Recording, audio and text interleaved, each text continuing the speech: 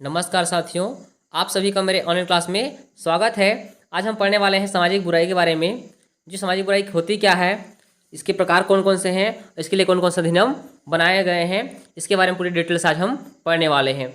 देखिए, बाल विवाह होता, इसके अंदर क्या होता है? बाल विवाह, बाल श्रम, दहेज प्रथा, चोरी, नशाखोरी, धूम्रपान आदि सामाजिक बुराई के अंतर्गत आते हैं। और सामाजिक बुराई होती क्या है? सामाजिक बुराई वह होता है जो किसी व्यक्ति द्वारा समाज के नियमों के विरुद्ध किया गया कार्य जो होता है वही सामाजिक बुराई कहलाता है। चाहे वह किसी प्रकार समाज को नुकसान पहुंचाता हो, चाहे वो मौखिक रूप से हो या किसी गतिविधि द्वारा हो, या किसी को कुछ नुकसान पहुंचा करके जो कार्य किया जाता है वही क्या है? सामाजिक बुराई कहलाता है, जिससे समाज को क्या होता है? बहुत ज़्यादा प्रभाव पड़ता है। इसके कई प्रकार होते हैं, इनमें से कुछ यहाँ पर चर्चा करेंगे हम। तो क्या है? पहला यहाँ पर दिया गया है बाल श्रम, बाल विवाह, दहेज प्रथा, चोरी, धूम्रपान, नशाखोरी। इनके बारे में आज हम अच्छे से पढ़ेंगे डिटेल में। इसके कौन कौन से नियम हैं, इसके प्रतिषेध नियम कौन कौन से हैं, ये होते क्या क्या हैं, इनके बारे में आगे पढ़ने वाले हैं, तो ध्यान से पढ़िएगा। पहला है बाल श्रम। कि बाल श्रम हम किसे कहेंगे? कि बालकों द्वारा कोई कार्य कराना क्या कहलाता है? बाल श्रम कहलाता है। इसके लिए कुछ क्राइटेरिया रखा गया है, जिसके अंतर्गत हम देखेंगे आगे क्या क्या है ये। देखिए, तो इनमें बालकों द्वारा कोई कार्य कराना, चाहे वह लड़की हो या लड़का हो, ये दोनों पर लागू होता है। बालक शब्द यहाँ पर क्या है? लड़की लड़का दोनों के लागू होता है। कि यदि किसी बालकों द्वारा जिसका उम्र 14 वर्ष से कम है उससे काम लेना क्या कहलाता है? बाल श्रम कहलाता है।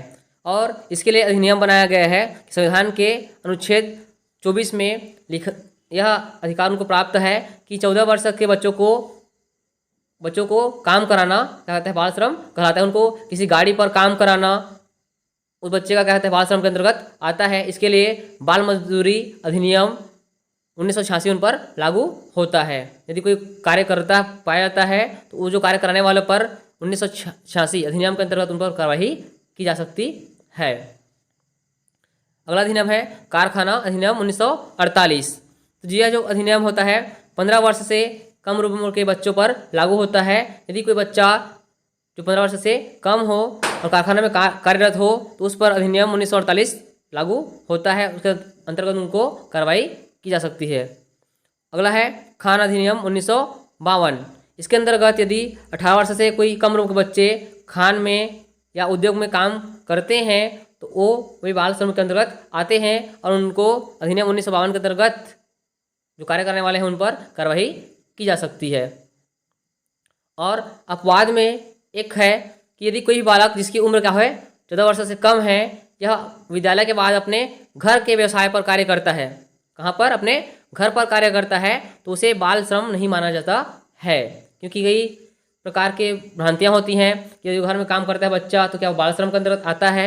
तो वह बाल श्रम के अंतर्गत नहीं आता है। क्योंकि यदि घरेलू कार्य कर रहा है तो बाल श्रम में नहीं आता है, लेकिन किसी जगह दूसरे जगह पर काम करने जा रहा है तो बाल श्रम के अंतर्गत जरूर आता है। अब बाल श्रम के कारण देखिए, कोई बच्चा यदि काम करने जा रहा है तो उसके रीजन क्या हो सकते हैं, कारण क्या हो सकते हैं? तो पहला जो कारण है वह क्या है? जनसंख्या में वृद्धि होना। तो क्या होता है? परिवार में क्या होते हैं? अधिक व्यक्ति होते हैं, जिनसे क्या होती है? उनको पारिवारिक समस्याएं बढ़ती है, तो उनको आर्थिक रूप से कमजोर होने के कारण उनको बाल श्रमिक बनना पड़ता है। दूसरा है बेरोजगारी का होना। तो सेम आर्थिक स्थिति क्या होती है? कमजोर होती है, तो बच्चे क्या हो जाते हैं? बेरोजगार हो जाते हैं, बड़े बेरोजगार हो जाते हैं। तो बच्चे क्या करते हैं और बड़े क्या करते हैं कि अपने बच्चों को अपने साथ मजदूरी करने ले जाते हैं। तो ये बेरोजगारी भी क्या है? कारण है। गरीबी, अब गरीबी क्या है? इसका मुख्य कारण है क्योंकि हर किसी को अपने जीविकोपार्जन के लिए क्या चाहिए? साधन चाहिए, संसाधन चाहिए। वो कहाँ से आएगा? किसी न किसी आर्थिक सहायता के द्वारा ही होता है। तो गरीबी भी क्या है? इसका एक प्रमुख कारण होता है। और सरकार के द्वारा जो बनाए गए नियम कानून है उसका पालन नहीं होना है, क्योंकि नियम तो बनाते हैं लेकिन कोई फॉलो नहीं कर पाता है, तो ये क्या उसका भी एक कारण होता है। और देखिए, बाल श्रमिक होने के साथ साथ क्या होते हैं? इनके जो खतरे होते हैं कि बच्चों पर क्या क्या खतरे होते हैं, तो कौन कौन से उद्योग से संबंधित उनसे स्वास्थ्य बाधाएं होती हैं, उनकी जो खतरा होता है उसको हम चर्चा करने वाले हैं। तो देखिए यहाँ पर बीड़ी उद्योग, जो पहला है यहाँ पर बीड़ी उद्योग। जो बच्चे बीड़ी उद्योग में काम करते हैं उनको टीबी, श्वास नली या शोथ में क्या होती है परेशानी होने की संभावना अधिक होती है। यदि वे हथकरघा उद्योग में काम करते हैं तो उनको दमा, टीबी या रीढ़ की हड्डी की बीमारी होने की संभावना ज़्यादा होती है। जरियम कढ़ाई, तो इनसे क्या होता है, जो कढ़ाई बुनाई में क्या होता है आँख संबंधी खराबी होने की क्या होती है, ज़्यादातर खतरा होता है, क्योंकि उनको बार बार आँखों से ज़्यादा काम करना पड़ता है कढ़ाई बुनाई के लिए, तो उनको ज़्यादातर दिक्कत होती है। रुई एवं हीरा कटिंग, तो इससे भी क्या होता है, हीरे से चमकीला प्रकाश निकलता है ना, जो आँखों संबंधी खराबी को बढ़ावा दे सकता है। बच्चे क्या करते हैं, उसका सहन शक्ति उनका होती है, जो क्षमता होती है वो कम होती है आँखों के लिए। फटा पुराना सामान एवं बटोरना, है ना, इससे क्या होता है, चर्म रोग, संक्रमण रोग, टेटनेस, दमा, श्वास नली शोथ, ये बीमारियां होने की संभावना ज़्यादा होती है, इसलिए उनको काम नहीं करना चाहिए। पत्थर एवं स्लेट खनन में क्या होता है, सिलिकोसिस होने की संभावना अधिक होती है।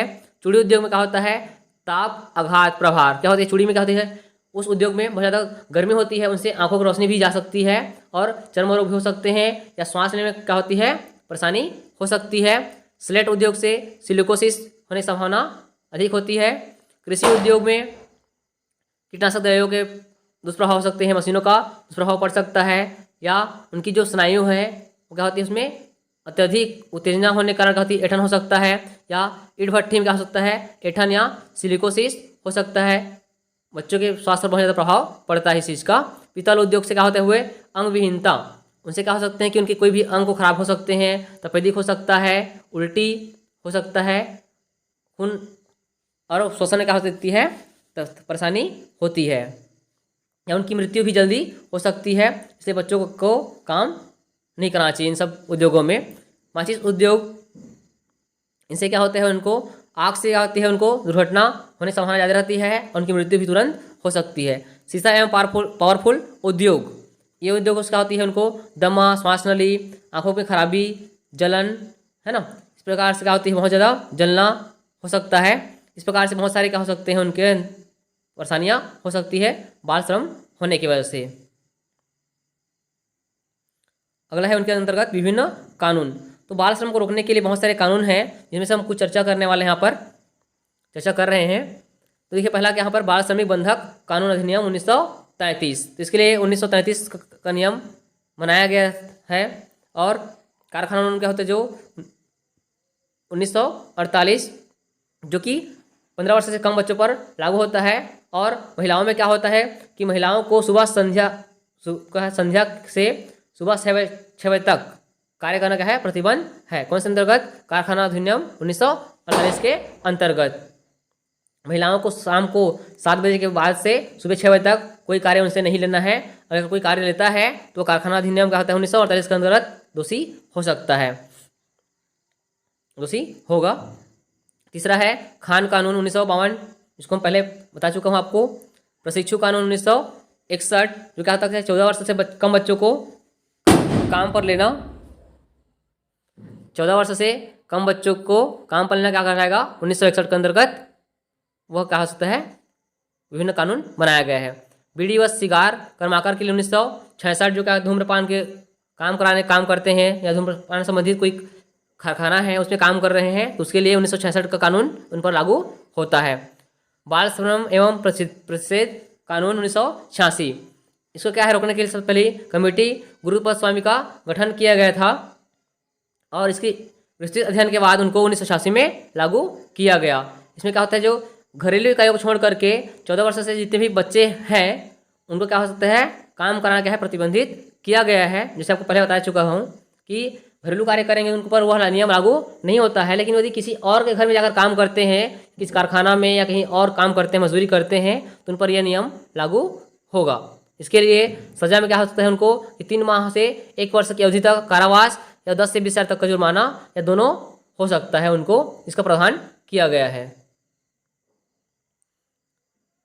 17 मई में क्या हो संशोधन हुआ था, और उसमें जो क्या था कि बच्चे क्या कर सकते हैं, अपने पुश्तैनी कामों में हाथ बटा सकते हैं, लेकिन जो काम है वो खतरनाक नहीं होना चाहिए। जैसे आपको बताया कि बच्चे घर में काम कर सकते हैं, लेकिन संशोधन करने में कब संशोधन हुआ, ये 13 मई 2015 को संशोधन हुआ। इसमें बच्चे पुश्तैनी कामों में अपना हाथ बटा सकते हैं, लेकिन वह काम क्या होना चाहिए, खतरा पूर्ण नहीं होना चाहिए। एक नियम और बना जो राष्ट्रीय शिक्षा नीति 1986 में बना। उस अगला नियम है NCLP जो कि 1979 में गठित हुआ, जिसे गुरुपद समिति के द्वारा अनुशंसा की गई और अगस्त 1987 में एक NCLP का गठन किया गया। और अगला है राष्ट्रीय बाल नीति 2013 जो क्या है 18 वर्ष से कम आयु के बालकों के लिए इसको लागू किया गया है। और 26 सितंबर 1984 को बाल श्रम उन्मूलन प्राधिकरण की स्थापना की गई है। सर्वोच्च न्यायालय के द्वारा 10 दिसंबर 1996 को खतरनाक और घातक उद्योगों पर क्या है काम करना बच्चों को प्रतिबंध लगा दिया गया है, जो क्या है 14 वर्ष से कम वर्ष के बच्चों के लिए। भारत सरकार ने 10 अक्टूबर 2006 को बाल श्रम पर पूर्णतः प्रतिबंध लगा दिया गया है। और 12 जून को यूनिसेफ द्वारा विश्व बाल निषेध दिवस को घोषित किया गया है। किस तिथि को? 12 जून को घोषित किया गया है। बाल अधिकारों के संरक्षण हेतु NCPCR आयोग का गठन किया गया है, जिसका मुख्यालय कहाँ है? नई दिल्ली है। और इस संस्था के संसद को बाल संरक्षण आयोग अधिनियम 2005 के तहत लाया गया, जिसको साथ में की गई। इसमें क्या होते हैं कि एक अध्यक्ष होता है और 6 सदस्य होते हैं, और 6 सदस्यों में से कम 2 महिला अवश्य होते हैं इस राष्ट्रीय आयोग NCPCR में। और वर्ष 2010 में 6 से 14 वर्ष के बालकों को निःशुल्क एवं मनार शिक्षा दिया गया, जो 2009 में आया। अगला सामाजिक बुराई है बाल विवाह। तो बाल विवाह क्या होता है कि सरकार द्वारा जो तय की गई निर्धारित उम्र होती है उससे कम उम्र में शादी करना क्या होता है? बाल विवाह कहलाता है। जैसे कि शादी की उम्र क्या होती थी लड़की के लिए? 18 वर्ष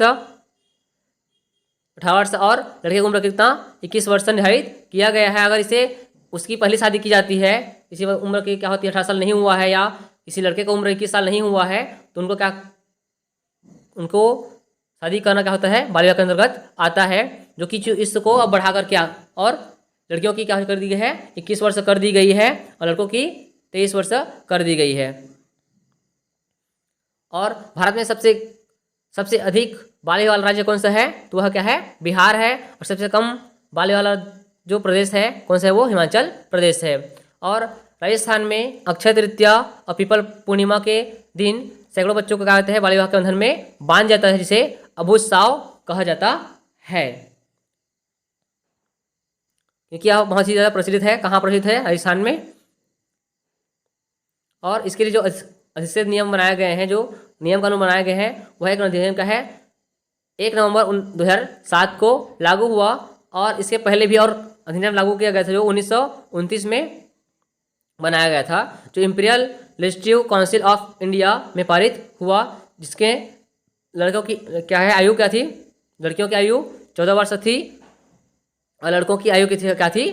वो 18 वर्ष तय की गई थी। से बाद में लड़कियों की उम्र कितनी की गई? 18 वर्ष, और लड़कों की उम्र कितनी की गई? 21 वर्ष की गई। और इसके प्रयोजक कौन थे? हरविलास शारदा थे, जिनके नाम पर इसी अधिनियम को शारदा अधिनियम के नाम से भी जाना जाता है। इसे 6 महीने बाद 1 अप्रैल 1930 को लागू किया गया, और यह केवल हिंदुओं के लिए नहीं बल्कि पूरे ब्रिटिश भारत के लोगों पर लागू होता है, अर्थात पूरे संपूर्ण भारत में लागू। अगला है दहेज प्रथा। दहेज वह होता है जो किसी वधू पक्ष द्वारा वर पक्ष को दी गई धनराशि या उपहार को क्या कहते हैं? दहेज कहते हैं। और इसी प्रथा को क्या कहते हैं? दहेज प्रथा कहते हैं, जो कि क्या है बहुत बड़ी एक सामाजिक बुराई है, क्योंकि इससे क्या होता है महिलाओं के प्रति बहुत ज़्यादा यातनाएं होती है, उन पर दहेज के लिए बहुत ज़्यादा प्रेशर पड़ता है, जो कि क्या है भारतीय संस्कृति में बहुत ज़्यादा यह खतरा है। और इसके रोकने के लिए दहेज अधिनियम 1961 को बनाया गया है, जिसमें दहेज लेना और देना दोनों अपराध है, और इसके पकड़े जाने पर दोनों पक्षों को सजा का प्रावधान बनाया गया है। और इसके दुष्प्रभाव क्या क्या होते हैं कि दहेज प्रथा से क्या क्या होते प्रभाव होते हैं, इसको हम देखेंगे। तो इससे क्या होता है? लैंगिक भेदभाव होता है कि लड़की है और लड़का है, तो लड़के वाले हैं मतलब हम उसे लड़की वालों से दहेज ले सकते हैं, ऐसा उनका मानना होता है ना। तो ये प्रकार के लैंगिक भेदभाव होते हैं। अगला है महिलाओं के करियर को प्रभावित करना। तो महिलाओं के करियर क्या प्रभावित होती है कि कम पढ़ी लिखी होती है तो दहेज देंगे ज़्यादा तो अच्छे वर मिलेंगे, अच्छा इस प्रकार से उनको रहता है। तो क्या करते हैं बहुत सारे लोग कि महिलाओं को पढ़ाते नहीं हैं, है ना, बल्कि उनको दहेज देने के लिए आगे ज़्यादा आते हैं। कई महिलाएं क्या होती है अभावित रह जाती हैं।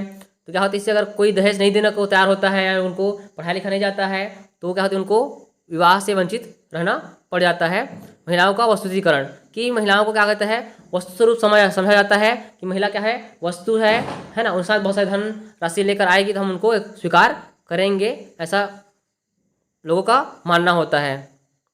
महिलाओं के विरुद्ध अपराध, देखिए महिलाओं के विरुद्ध बहुत सारे अपराध होते हैं कि कहीं कहीं सुनने को मिल जाता है कि उनको उनके ससुरालों के द्वारा जला दिया गया, मार दिया गया, या उनके पति द्वारा उन पर कई अत्याचार किए गए, या परिवारों द्वारा उनको सताया गया।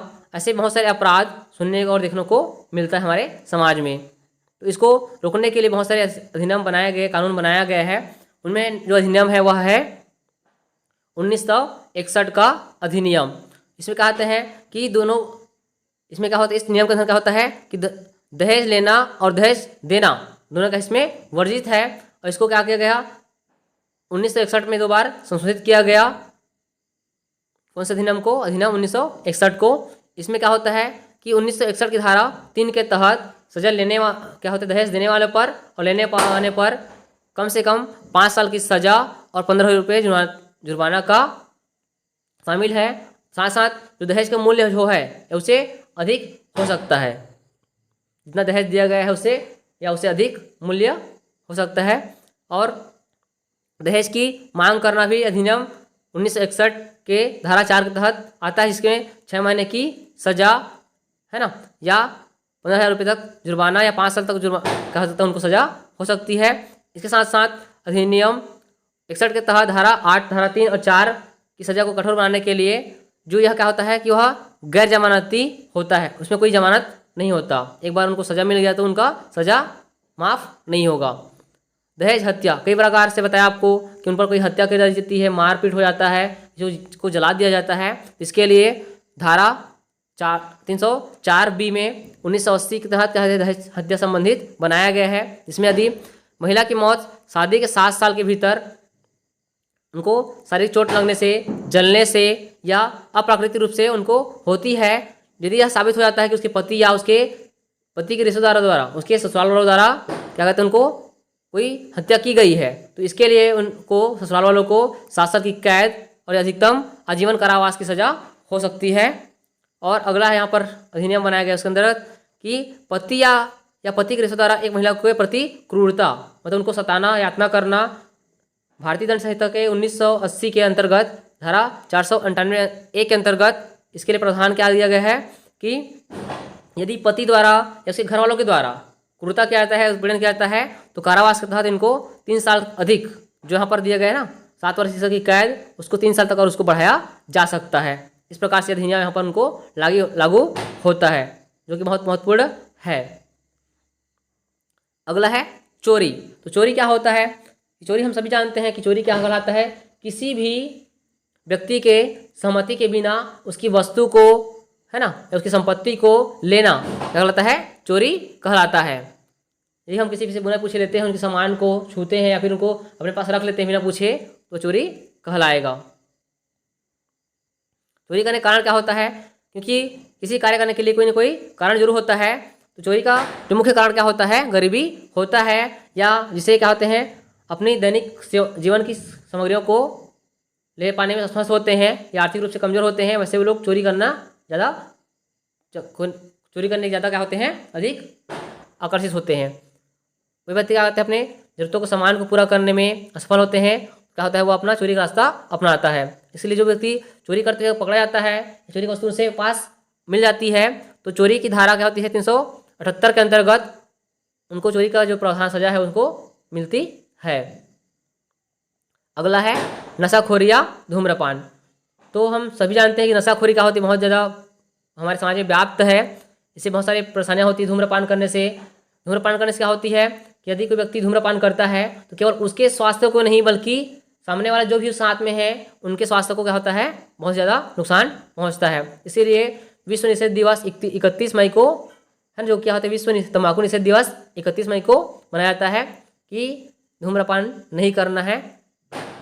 इसके लिए 21 मई को प्रतिवर्ष विश्व में तंबाकू निषेध दिवस मनाया जाता है। तो देखिए नशाखोरी धूम्रपान क्या होता है कि जो तंबाकू है, सिगरेट है, गांजा है या नशीले पदार्थ है, शराब है, इनका सेवन करना क्या होता है, धूम्रपान कहलाता है, जिससे बहुत ज़्यादा नुकसान होता है। इसके कौन कौन से प्रभाव होते हैं, देखिए कि इसके जो प्रभाव हैं, खांसी एवं गले में जलन होता है, सांसों की दुर्गंध एवं बदबूदार फेफड़े कपड़े होते हैं, रूखी त्वचा एवं दांतों का मैलापन होता है या भ्रूण की स्थिति हो सकती है, हृदय रोग एवं फेफड़ों का कैंसर होता है। साथ साथ देखिए इसके जो इसके प्रभाव क्या होते हैं कि मुंह का कैंसर हो सकता है, फेफड़ों का कैंसर हो सकता है या जीर्ण अपकाइट हो सकता है, पेप्टिक असर हो सकता है, अग्नाशय का कैंसर हो सकता है, हृदय पेशी का क्या होता है, रोध गलन हो सकता है या घेंघा कैंसर हो सकता है, गले का कैंसर हो सकता है या मूत्राशय कैंसर हो सकता है। इस प्रकार से उसके क्या होते हैं, प्रभाव होते हैं। और संक्षेप में क्या होता है, COTPA cigarette and under tobacco product act, इसके अंतर्गत क्या है, जो नियम कानून बनाया गया है वह क्या है, वह 2003 में लिखा गया था। यह कानून जम्मू कश्मीर सहित पूरे देश में लागू किया गया और 2004 में शिक्षा संस्थानों के 100 गज के अंतर्गत सिगरेट की बिक्री पर रोक भी लगाई गई। यदि कोई शिक्षण संस्था है, उसके 100 मीटर के अंतर्गत कोई व्यक्ति नशीले पदार्थों का बेचता है या सेवन करता है तो उस पर अधिनियम 2004 के अंतर्गत यह अधिनियम लागू किया जाएगा। और साथ ही यहाँ पर 2008 में, अक्टूबर 2008 में एक नया कानून आया कि सार्वजनिक स्थानों पर भी धूम्रपान करना बहुत ज़्यादा निषेध है, सख्त मना है। इसके अंतर्गत अगर आप धूम्रपान करते पाए जाते हैं तो उनको जो अधिनियम के तहत जो दंड का प्रावधान है उनको पर लागू होगा। और देखिए सबसे इम्पोर्टेंट चीज़ कि यदि कोई धूम्रपान करता है या सिगरेट पीता है तो उससे होने वाले नुकसान क्या होते हैं, सिगरेट में कौन कौन सा केमिकल पाया जाता है उसको एक बार हम देखते हैं। देखिए सिगरेट में यहाँ पर क्या पाया जाता है, ब्यूटेन पाया जाता है, कैडमियम पाया जाता है, स्टेरिक एसिड पाया जाता है, हेक्सीमाइन पाया जाता है और निकोटीन पाया जाता है, अमोनिया पाया जाता है, कार्बन मोनोऑक्साइड पाया जाता है, मेथनॉल पाया जाता है, आर्सेनिक पाया जाता है, मेथेन पाया जाता है, एसिटिक एसिड पाया जाता है। इस प्रकार से कई सारे जो रासायनिक चीज़ें हैं उस सिगरेट में मौजूद होती है जो हमारे स्वास्थ्य के लिए बहुत ज़्यादा हानिकारक होता है। तो दोस्तों स्मोकिंग और नशा पान से बहुत दूर रहिएगा। ये बहुत ही क्या होता है, खतरनाक होता है हमारे लिए भी और हमारे परिवार वालों के लिए भी, साथ साथ हमारे जो आसपास रहते हैं उनके लिए भी क्या होता है, ये बहुत ही खतरा होता है। दोस्तों ये वीडियो आपको कैसा लगा मुझे कमेंट में जरूर बताइएगा। अगर आपको अच्छी लगी है वीडियो तो उसको लाइक कीजिएगा और अपने दोस्तों के साथ इसको शेयर कीजिएगा। और अभी तक आपने मेरे चैनल को सब्सक्राइब नहीं किया है तो मेरे चैनल को सब्सक्राइब कर दीजिएगा। Thank you, have a nice day.